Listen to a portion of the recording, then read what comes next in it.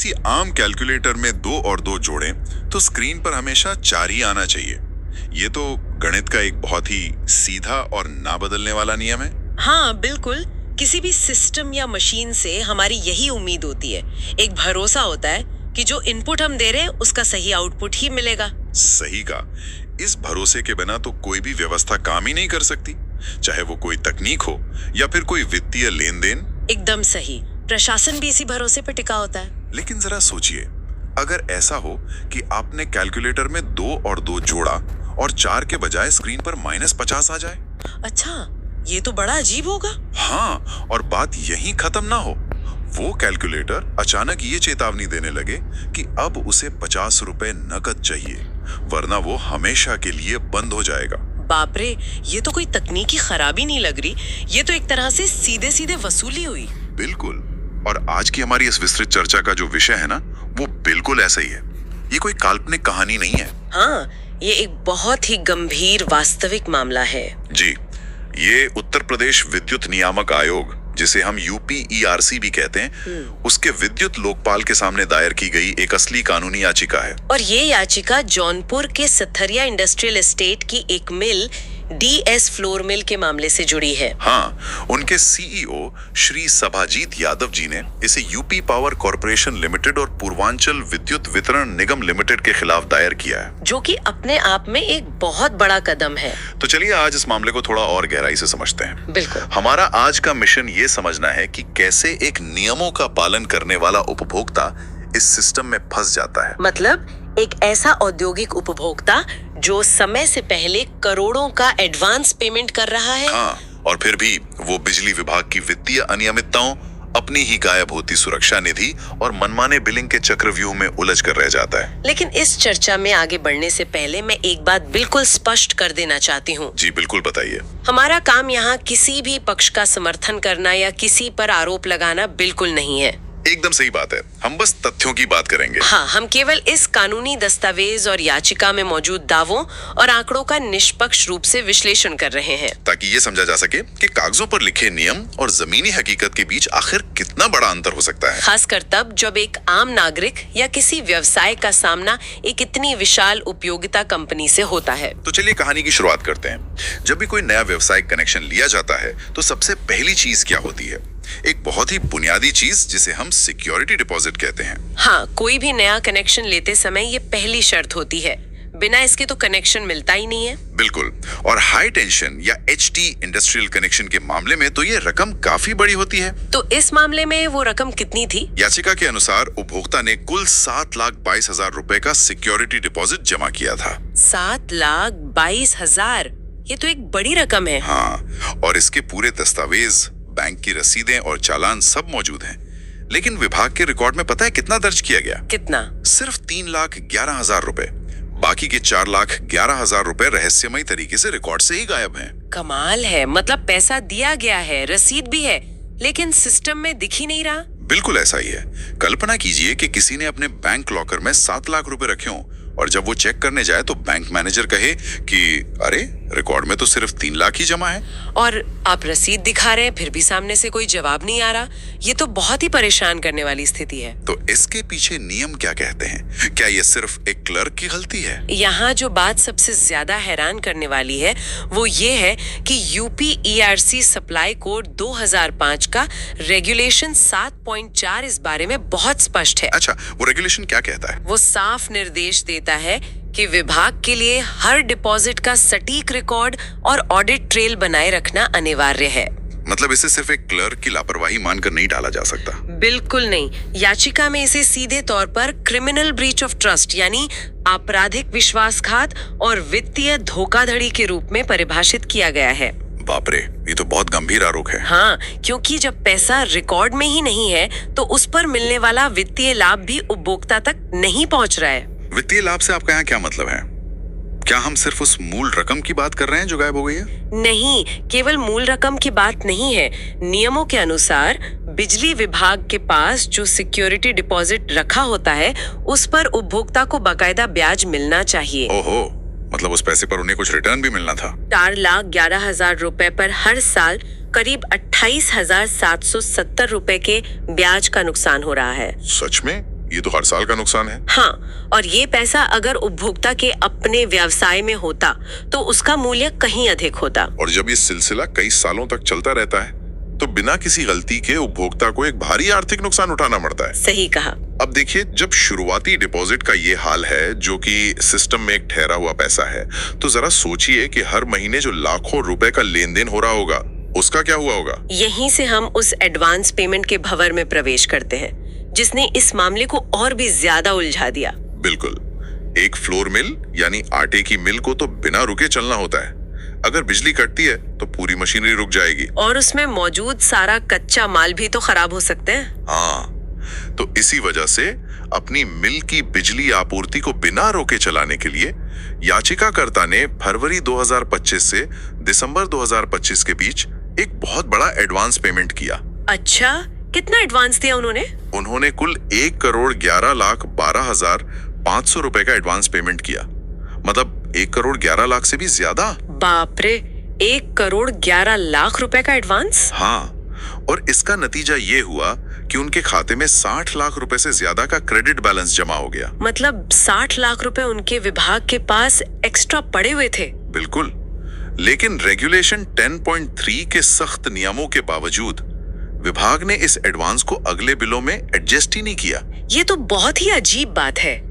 Regulation 10.3 का मुख्य उद्देश्य ही यही है कि उपभोक्ता के पैसे को बेवजह रोका न जाए। तो इस नियम के हिसाब से होना क्या चाहिए था? ये नियम साफ तौर पे कहता है कि कोई भी एडवांस पेमेंट या क्रेडिट बैलेंस अगले ही बिलिंग चक्र में एडजस्ट होना चाहिए। यानी अगले ही महीने के बिल में वो पैसा कट जाना चाहिए था। हाँ, और वो अगले बिल पर स्पष्ट रूप से दिखना भी चाहिए। लेकिन यहाँ ऐसा नहीं हुआ, जिससे विभाग की कार्य प्रणाली पर बहुत गंभीर सवाल खड़े होते हैं। मुझे यहाँ थोड़ा रुक कर आपसे एक सवाल पूछना है। अक्सर लोग सोचते हैं कि अगर कोई व्यवसायी इतना सक्षम है कि वो हर महीने 10 से 15 लाख रुपए एडवांस में दे सकता है, हाँ, तो क्या इस बात से कोई खास फर्क पड़ता है कि वो 60 लाख रुपए अगले महीने एडजस्ट हों या 3 महीने बाद? क्या ये वाकई में इतनी बड़ी समस्या है? ये बहुत ही अच्छा सवाल है और ये सवाल अक्सर उठता भी है। तो इसका जवाब क्या है? इसका जवाब व्यापार चलाने के सबसे महत्वपूर्ण सिद्धांत में छिपा है, जिसे हम वर्किंग कैपिटल या कार्यशील पूंजी कहते हैं। मतलब वो पैसा जिससे रोजमर्रा का व्यापार चलता है। बिल्कुल। व्यापार में कोई भी पैसा अगर ब्लॉक हो जाता है तो उसकी एक भारी कीमत चुकानी पड़ती है। इसे अर्थशास्त्र में अपॉर्चुनिटी कॉस्ट या अवसर लागत कहते हैं। तो 60 लाख रुपए अगर ब्लॉक हैं, तो उसका क्या असर होगा? 60 लाख रुपए कोई छोटी रकम तो है नहीं। अगर ये पैसा विभाग के पास फंसा है तो इसका मतलब है कि ये पैसा फैक्ट्री के विस्तार में नहीं लग पा रहा है। हाँ, या फिर नया कच्चा माल खरीदने या नई मशीनरी लगाने में इस्तेमाल नहीं हो पा रहा है। एकदम सही।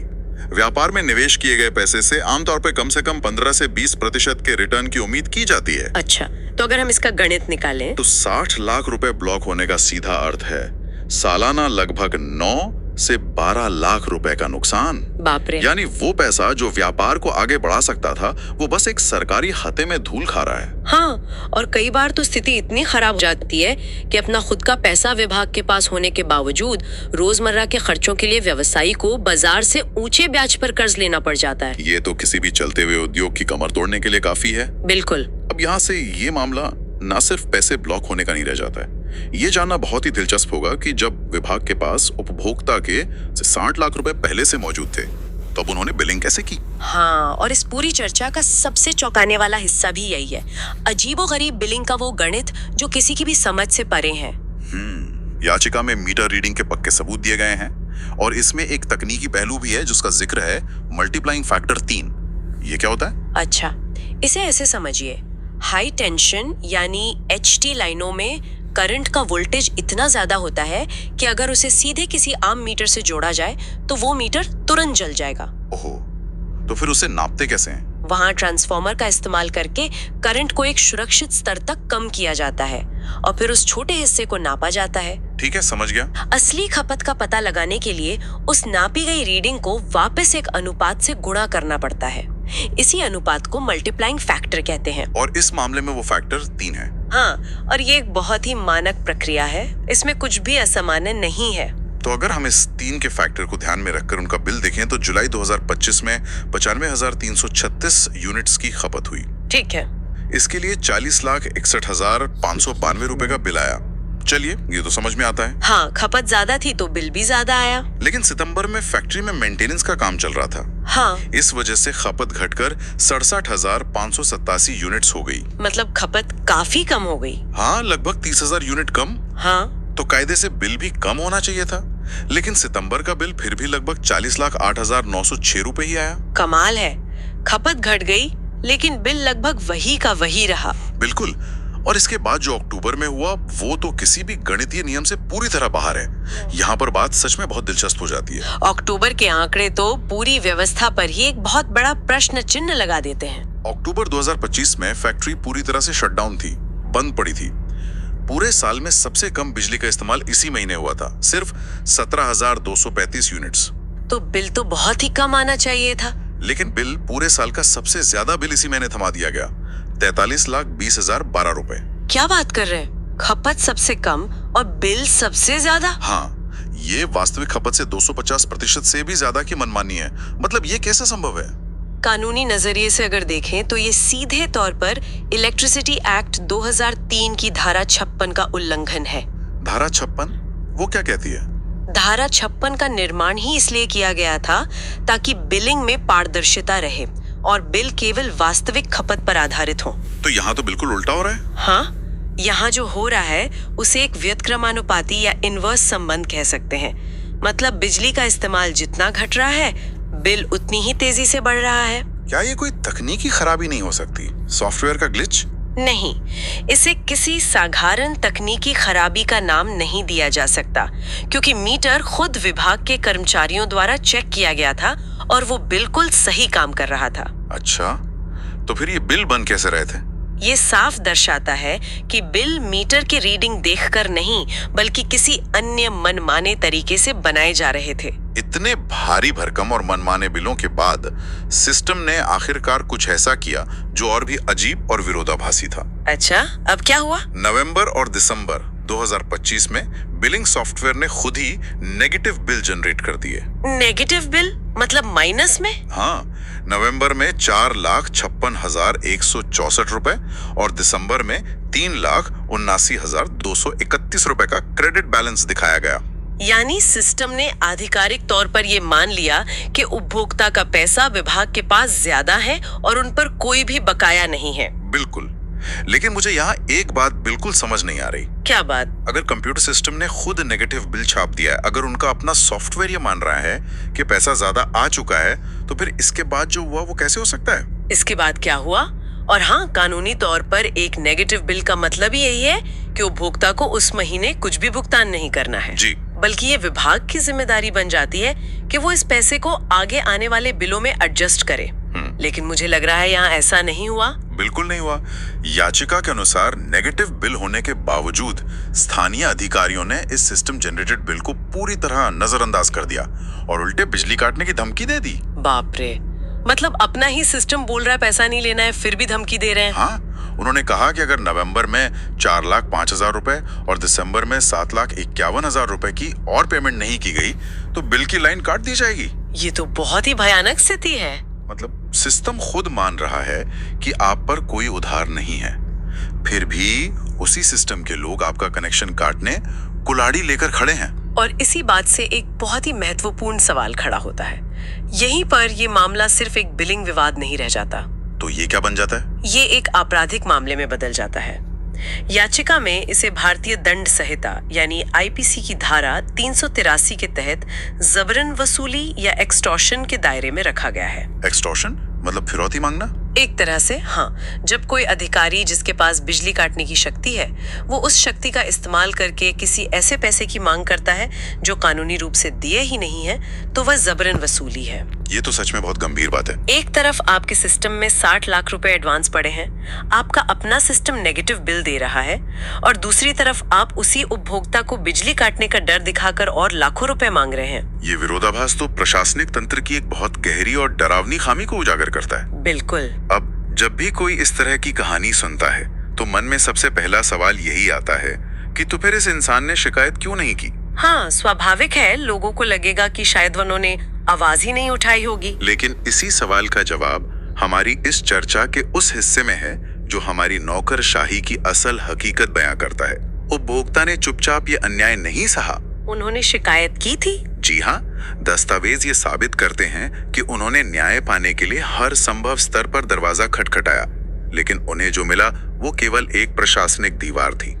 तो उन्होंने शुरुआत कहाँ से की? अगस्त में जब पहली बार बिलिंग में ये अजीबो गरीब गड़बड़ियां शुरू हुई, तो सबसे पहले जूनियर इंजीनियर यानी जेई और असिस्टेंट इंजीनियर एई से मौखिक शिकायतें की गईं। जो कि सामान्य प्रक्रिया है। जब वहां कोई सुनवाई नहीं हुई तो 15 सितंबर को एग्जीक्यूटिव इंजीनियर को सारे सबूतों, मीटर रीडिंग और बैंक रसीदों के साथ विस्तृत लिखित शिकायत दी गई। और वहां से भी कोई जवाब नहीं आया। कोई कदम नहीं उठाया गया।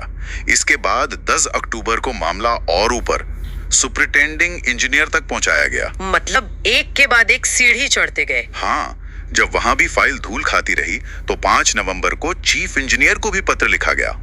विभाग के हर स्तर पर शिकायत की गई, लेकिन किसी ने भी उस बिल को सुधारने की जहमत नहीं उठाई। ये तो पूरी तरह से सिस्टम का फेलियर है। और अंत में 1 दिसंबर 2025 को मामला कंज्यूमर ग्रीवेंस रिड्रेसल फोरम यानी CGRF के पास ले जाया गया।